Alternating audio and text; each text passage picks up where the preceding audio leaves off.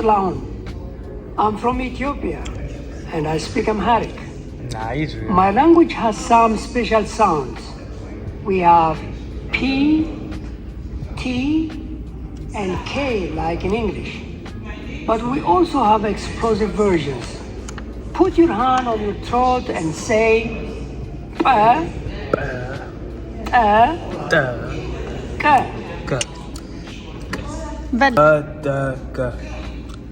Did you feel your vocal cords tighten? Yes. You hear the P in the word Ethiopia. Try saying it and remember to tighten your throat. Ethiopia. Very good. Now try the T sound. Here is a word that has it twice. Say Tota. Tot? Nice job. That means monkey. There. The last Konjo. ጤና ይስጥልኝ ተመልካቾቼ፣ ዛሬ ደግሞ በድምጽ የተደገፈ አነስተኛ ሙዚየም ውስጥ እንገኛለን። ፕላኔት ወርድ ይባላል። እኔና ልጆቼ ያየነውን ጥቂት ነገሮች ላካፍላችሁ ዛሬ መጥቻለሁ። አብራችሁን ቆዩ። አመሰግናለሁ። ይህ ሙዚየም ለሁሉም የእድሜ ክልሎች ቢመጥንም እዛ ግን ያው ከ13 ዓመት በታች የሆኑ አይተናል። አዋቂዎች በተለይ አያቶች እና ብዙ ደግሞ የቋንቋ ፍቅር ያላቸው ሰዎች አግኝተናል። እኔም እንግዲህ ባየሁት መሰረት የቃላት ሰው የሆነ ወይንም ስለ ዓለም ቃላቶች በጣም ጥልቅ ፍቅር ያለው ወይ ፍላጎት ያለው ሰው ይህን ሙዚየም ቢያየው በጣም ኢንጆይ ያደርገዋል ብዬ ገምታለሁ።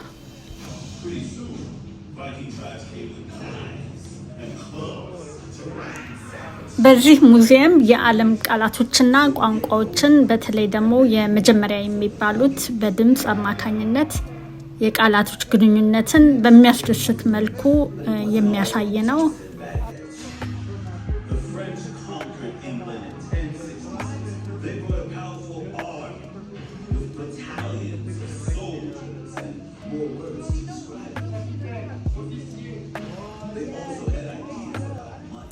እዚህ ክፍል በሚገኘው ኢንተራክቲቭ የሆነ ቦታ አጭር ታሪክ እንዴት ቃላቶች እንደተወለዱ ይናገራል። ከሌሎች ሀገር ቋንቋዎች ጋር ደግሞ 1000 የሚሆን የእንግሊዘኛ ቃላቶች ተጋጭተው አያሌ ቃላቶችን እንደፈጠሩም ይናገራል።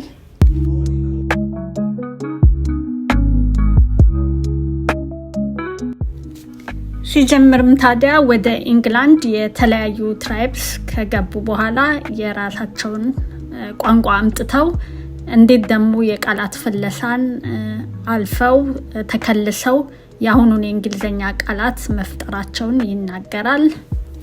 2 ትራይብሶችን እዚህ ላይ ጠቅሷል። የቫይኪንግ ትራይብስ ብዙ የስካንዲኔቪያ የሚባሉትን ኤሪያ እና የጀርመኒክ የሚባለውን ትራይብ ነው። የቫይኪንግ ትራይብስ የጀርመኒክ ትራይብሶችን በማጥፋት ብዙ ቃላቶች ከቫይኪንግ መምጣታቸውን ይገልጻል። ከዛ ደግሞ ቀጣዩ ፈረንሳይ ነበረች። በ1066 ፍሬንች ኮንከርድ ኢንግላንድ ጠንካራ ሰራዊት አመጡ። የጣሊያን ወታደሮችም ብዙ ቃላቶችን አመጡ። በተለይ የገንዘብ ነክ ቃላቶች ከጣሊያን እንደመጡ ገልጿል። ሌላ ደግሞ ምሳሌ ያስቀመጠው ሃፒ በርዝዴይ የምንለው የእንግሊዘኛ ቃል የመጣው ከፈረንሳይ እንደሆነ ገልጿል። ብዙ ደግሞ የከብት ርቢ ቃላቶች የመጡት ከጀርመን እንደሆነ ነው። ነገር ግን ሚት የሚለው ስጋ ማለት ነው ከፈረንሳይ እንደመጣ ገልጿል። ብዙ ቃላቶች የጀርመንና ፈረንሳይ ቅልቅል ቃላቶችም እንዳሉ ተናግሯል። ያው ወደ እንግሊዘኛ የመጡ ማለት ነው። ለምሳሌ ስኔክ ብሎ አስቀምጧል።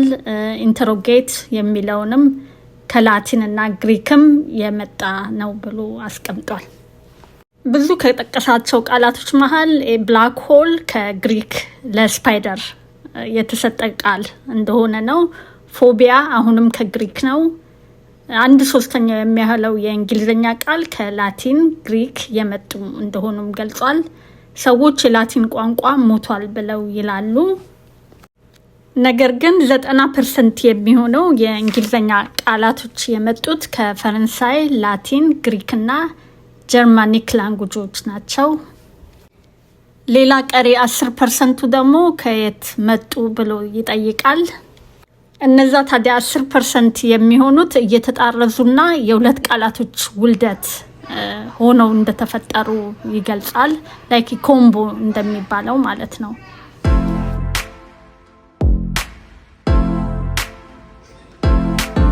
እዚህኛው ክፍል ደግሞ የዓለም ቋንቋዎች ጠቅላላ ነው ያሉት ማለት ይቻላል። በኤአይ በተደገፈ ታብሌት ላይ ያው አጭር ስለ ሀገራቸው የሚያስተዋውቁበት መድረክ ነው።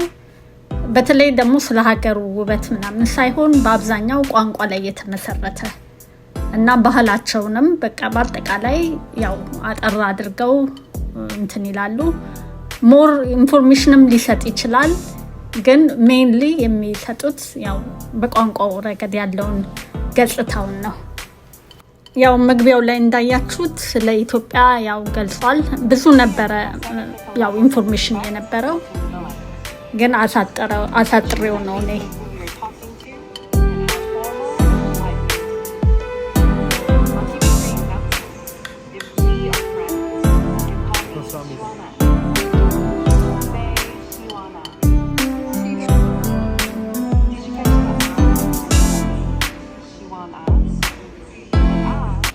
በአጠቃላይ በዚች አነስተኛ ሙዚየም ውስጥ ያገኘነው ጥቅም አንደኛው ለየት ያለ አካታችና የሚቀይር የፈን አክቲቪቲ መኖሩ ነው። ለህፃናቶች ለልጆች ብቻ ሳይሆን ታዲያ ለአዋቂዎችም አለ ፓርቲሲፔት የሚያደርጉበት ነገሮች አሉ። ሁለተኛው ደግሞ ተመልካቾችን በአካልም በሶሻልም እና ደግሞ በጭንቅላት ጨዋታ ኢንጌጅ አድርጎ በትንሹም ቢሆን የዓለምን ቋንቋ እንድንረዳ ያደርጋል።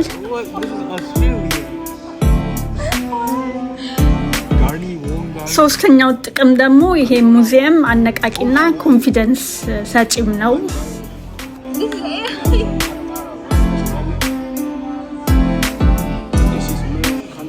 አራተኛው ደግሞ ሌላው ኮሚኒቲና የሁሉም ቋንቋዎችን ቫልዩ በከፍተኛ ሁኔታ ስለሚሰጥ የገባ ሁላ ደስ ብሏቸው ያሳልፋሉ።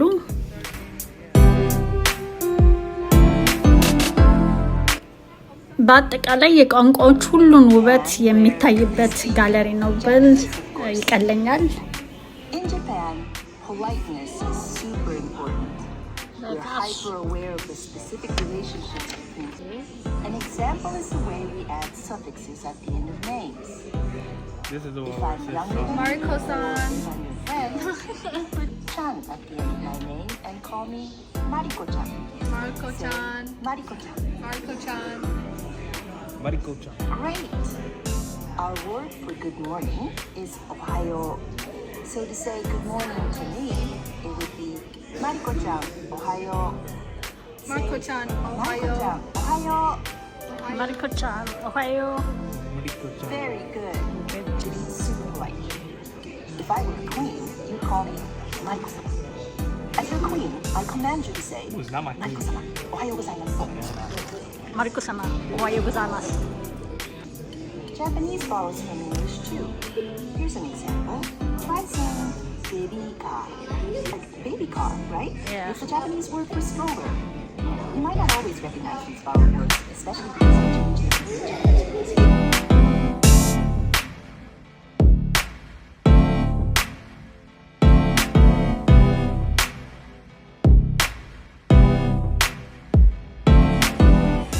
ይህንን ክፍል የካራኦኬ ሲንጊንግ ክፍል ይሉታል። በጣም ኢንተራክቲቭ ነው።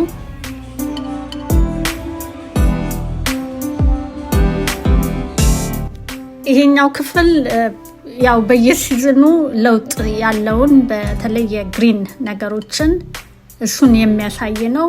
በተለይ ለልጆች ነው። ይሄኛው አንድ እንትን አለ እንደ ብረሽ የሚመስል ነገር፣ እሱን ሲቀይሩት ምን ሲዝን ላይ እንደሆነ ያው ያሳውቃቸዋል ማለት ነው።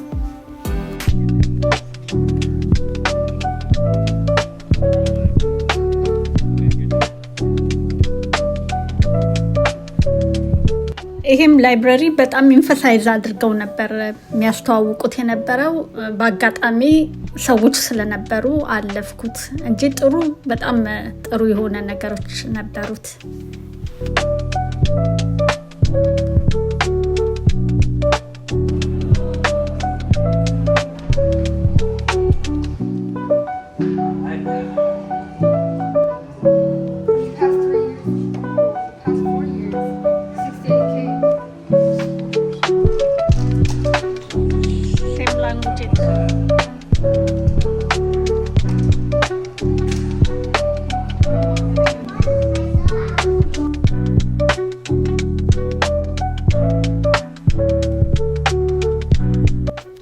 ቀደም ብዬ እንደገለጽኩት በዚህ አካባቢ ያሉ ህፃናቶች ያላቸው ልጆች ያው ሄደው ቢያዩት ቆንጆ ነው፣ ደስ የሚል ብዙ ነገር አለ ለልጆች በተለይ ማለት ነው።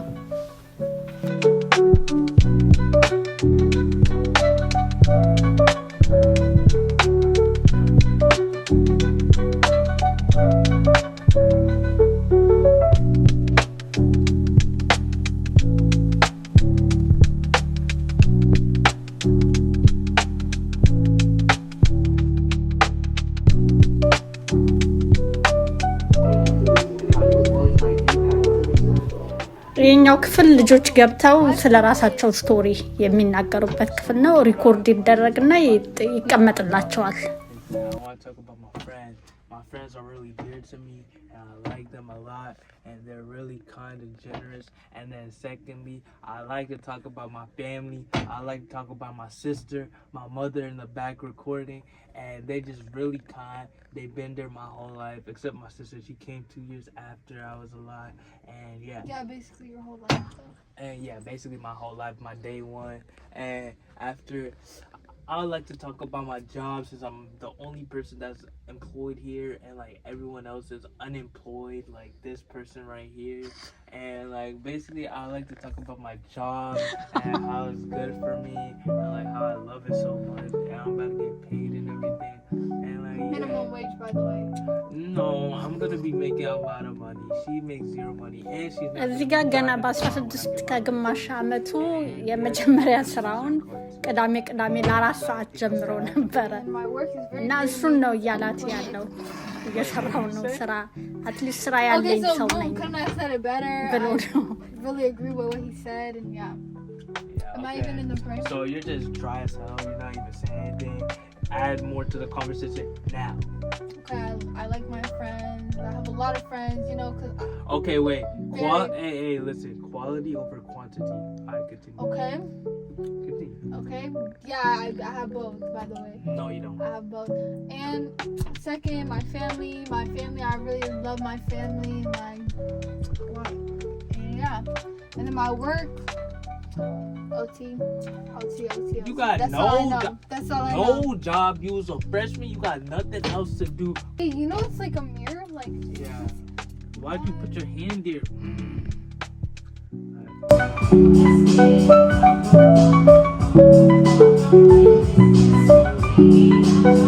በዚህ ቤት የሚገኙትን ሙዚቃዎች ሚውት አደርጋቸዋለሁ ምክንያቱም የኮፒራይት ነገሮች ስላሉ ማለት ነው። ቀደም ብዬ እንዳልኩት ካራኦኬ ይባላል። የሲንጊንግ አይነት ነው። እዚህ ጋር ጎብኚዎች ራሳቸው የሚወዱትን ዘፈን ወይ የሚያደንቁትን ዘፈን ታብሌቱ ላይ ሆነው ይመርጡና ማይኩን ይዘው የዛ ዘፈን ሊሪክስ ደግሞ ያው በጽሁፍ አማካኝነት እየተከተሉ ይዘፍናሉ። በሚዘፍኑበት ሰዓት ታዲያ እያንዳንዱ ቃላት እየበራ የቃላቶችን አጣጣል ያው ያዩበታል። የዚህ ክፍል ዋናው ዓላማ ታዲያ የሶንግ ራይቲንግ ቴክኒክን እንዲረዱ ያደርጋል። ያም የተመሳሳይ ፊደሎች ወይ ድምጾች በመጀመሪያው ቃላት ወይ ቀጣዩ ላይ ፍሰቱን ጠብቆ እንዴት እንደሚሄድ ይታይበታል። ተጨማሪ ደግሞ ከሁለት በላይ የሆኑ ቃላቶች ያው ቤት መድፋትና የመሰል አናባቢ ድግግሞሽንም በግልጽ ይታይበታል።